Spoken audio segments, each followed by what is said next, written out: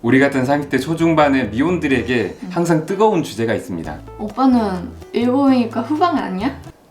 자, 우리 같은 30대 초반, 중반, 후반 의 미혼인 사람들한테 항상 뜨거운 주제가 있습니다. 그건 바로 어떤 사람이랑 결혼해야 될까? 개인적으로 저는 굉장히 잘 만났다고 생각하고, 저도. 뭐 우리가 이상적인 커플이라는 거는 아니고 지금부터 말씀드릴 이런 사람이랑 결혼하는 게 좋습니다라고 말하는 저의 말은 다 개인적인 생각이에요. 그러니까 참고만 하시고, 모든 사람의 결혼에 대한 기준은 다른 법이니까 제가 맞다고 주장하고 싶은 생각이 없습니다. 어떤 연인과 결혼하는 데 있어서 고려해야 되는 요소들이 몇 개 있죠.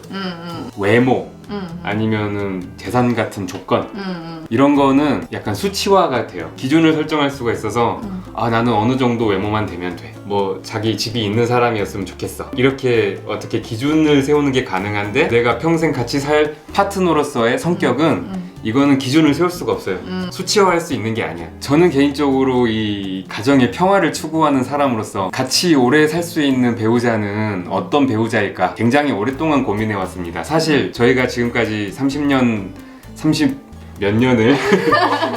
년을 살아오고 결혼을 했지만 앞으로는 35년보다는 더 살 거잖아요. 일찍 결혼하면 자기가 살아온 기간의 3배 정도까지는 같이 살 수 있는 사람이잖아. 그렇지. 이혼할 게 아니면. 그러니까 좀 생각을 많이 하고 결정을 해야 되는 부분이 아닌가 싶어요. 그래서 루카는 결혼할 사람에 대한 기준이 있었어? 기준? 딱히 없었는데? 근데 나는 별로 결혼에 대해서 심각하게? 생각해 본 적이 없다? 한 5년만 더 먹었어도 그래. 생각을 되게 열심히 했을 거야. 저는 이제 다음 3가지 요소가 가장 중요하다고 생각합니다. 하나는 고마움을 아는 사람을 만나는 게 중요하다. 고마움? 아니, 고마움을 모르는 사람이 있을까?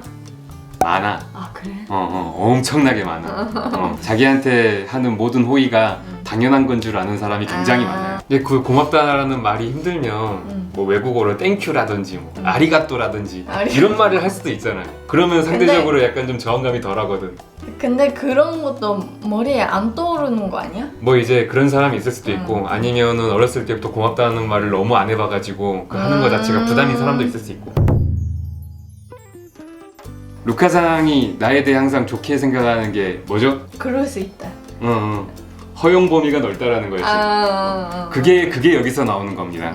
자기 객관화, 제3자의 눈에서 나를 바라볼 수 있는 시각, 그게 있느냐가 중요한 건데, 흔히 말해서 입장 바꿔 생각한다고 말을 하죠. 그러니까 이거는 저도 이제 부족한 게 뭐냐면, 좀 된 이야기긴 하지만 제가 예전에 한창 회사를 다니고 루카상이 집에서 쉴 때 왜 이렇게 세컨드 채널 영상을 안 올리냐, 내가 너처럼 쉬면 하루에 하나씩 올릴 수 있겠다 라고 이야기를 했는데, 이건 굉장히 자기 객관화가 안 된 발언이었던 거지. 왜냐면 나도 쉬어보니까 알겠더라고.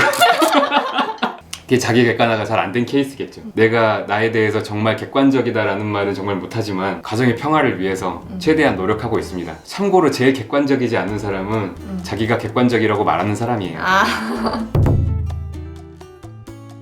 그리고 3번째는 나를 나로서 존재할 수 있게 해주는 사람. 그거 하지마 저거 하지마 그렇게 터치 많이 안 하는 사람? 그런 것도 여기에 포함될 수 있겠네요. 최대한 항상 제가 루카상한테 이야기를 하는 건, 네 인생의 중심이 내가 돼선 안 된다. 애를 낳았어도 네 인생의 중심이 애가 돼선 안 된다. 그래서 항상 나는 루카상이 루카상으로 존재했으면 좋겠다, 항상 이렇게 이야기를 하거든요. 그러니까 이런 게 있거든요. 아무래도 가족이 되고 연인이 되고 오랜 시간이 지나다 보면은 나라는 범주에 상대방도 포함이 되는 거야. 그래서 나는 이래야 되는데 상대방이 거기서 벗어나면은 거기서 굉장히 스트레스를 느끼는 사람들이 있어요. 이런 사람들이랑 오래되면 결국에는 문제가 생길 수가 있죠.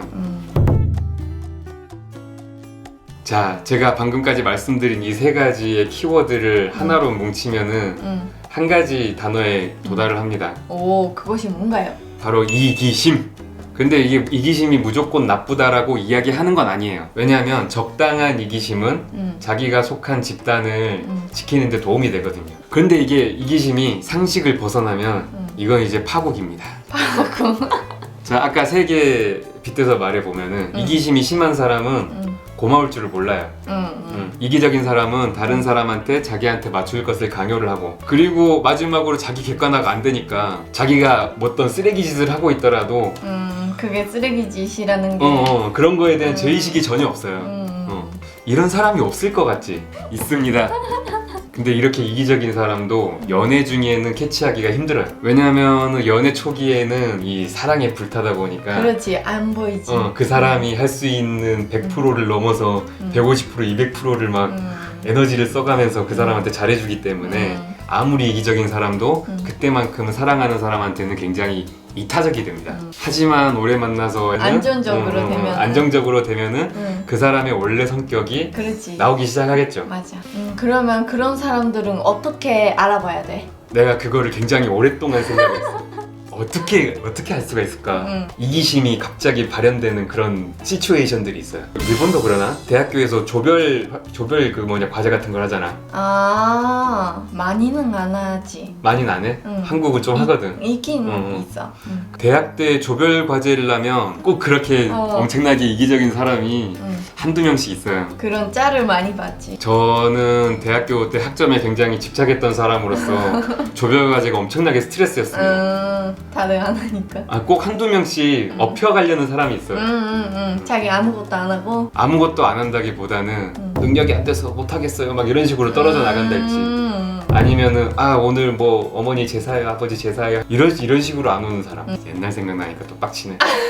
그 제일 빡쳤던 거는 뭐야? 4명이 조였는데 아예 연락도 안 되는 사람이 있었어요. 근데 결국에 발표할 때 그 사람 이름은 올라가야 되거든. 근데 그 사람이 에이플 맞았다고 했을 때 얼마나 빡쳤는지를 몰라. 교수한테 얘기할 수 없어? 안 통해. 안 통해? 교수가 조별 과제는 저들끼리 협동하는 걸 보는 거라고 그 사람 떨궈버리면은 조 전체에 안 좋은 점수를 줘. 그렇구나. 지금은 어떻게 되는지 모르겠네. 우리 때는 항상 그런 문제점이 대두되기 시작하던 때였어. 그리고 나 졸업하고 2, 3년 후에는 완전히 커져가지고 조별 과제는 사회악이라느니 막 조별 과제 하는 걸 보면 왜 사회주의가 망했는지 알 수 있다 뭐 이런 거라든지. 조별 과제를 하는 행동을 보면서 그 사람이 이기적인지 이기적이지 않은지 알 수 있다. 그리고 두 번째, 식당을 간다든지 아니면 뭐 매장을 간다든지 이럴 때 종업원한테 어떻게 하는지, 합당한 이유가 있는 다음에 종업원한테 클레임을 건거나 이러는 건 당연히 지극히 자연스러운 일인데 이유도 없는데 되게 막 괴롭히고 나중에 꼭 종업원한테 왜 그래 이렇게 물어보면은 왜 쟤네들 돈 받고 일하는 거잖아 이렇게 말하는 사람들이 있어. 이런 사람들은 굉장히 이기적일 사람일 확률이 높습니다. 다른 사람의 고통을 생각을 못하는 거죠. 그리고 마지막으로 이건 최근에 생각한 건데 되게 복잡한 마트, 우리로 따지면 코스트코나 뭐 이케아 같은 데서 쇼핑 카트를 어떻게 끄는가 이거를 유심히 지켜보면은 이 사람이 평소에 이기적인 마음을 가지고 살아가는지 알 수가 있습니다. 루카 하상은 이기적인 사람을 만나본 적이 없습니까? 이기적인 사람? 잘 모르겠는데. 나는 그런 거 아니야? 나는 너무 든해서 이기적인 사람을 이기적이라고 생각 못 하는 거 아니야? 그럴 수 있어요. 그러니까 루카상이 둔해서 그런 건 아니고 내 생각에는 네가 굳이 찾아보려고 하지 않았어. 친구를 만나든 사람을 만나든 이 사람은 이기적인 사람인가 생각하면서 보지 않았기 때문에 잘 모르는 거지. 그런 시각으로 보게 되면 이기적인 사람은 은근히 꽤 있습니다. 그냥 간단하게 말씀드려가지고 지나치게 이기적인 사람은 피하는 게 좋겠다라는 말씀을 드리는 건데, 아까 제가 말씀드린 그 3개의 예시를 통해서 본인의 배우자가 되기에 적합한지 판단하시는데 도움이 되셨으면 좋겠습니다. 자, 오늘은 여기까지 말씀드리고요. 앞으로도 이런 연애 관련 이야기를 조금씩 드리려고 해요. 그러니까 혹시나 궁금한 게 있으시면 댓글로 남겨주시기 바랍니다. 교모 고라니 이타다이테 아리가또 고자이마시타. 마다次の動画でお会いしましょう。せーの、へば。